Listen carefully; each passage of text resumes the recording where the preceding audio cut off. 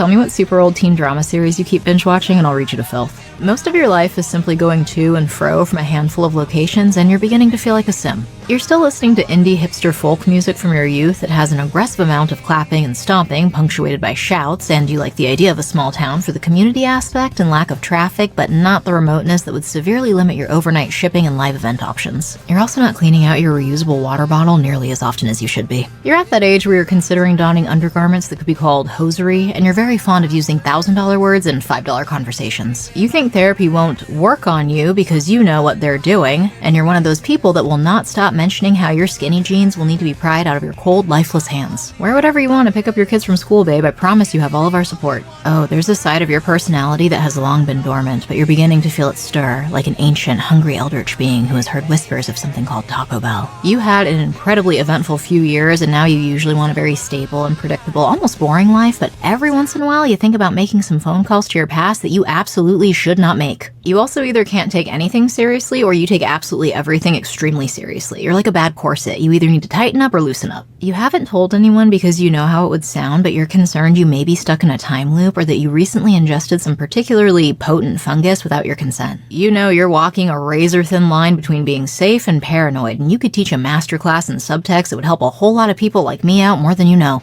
At some point, you've been associated with the phrase fluent in sarcasm, but you realized it was cringe and have distanced yourself, right?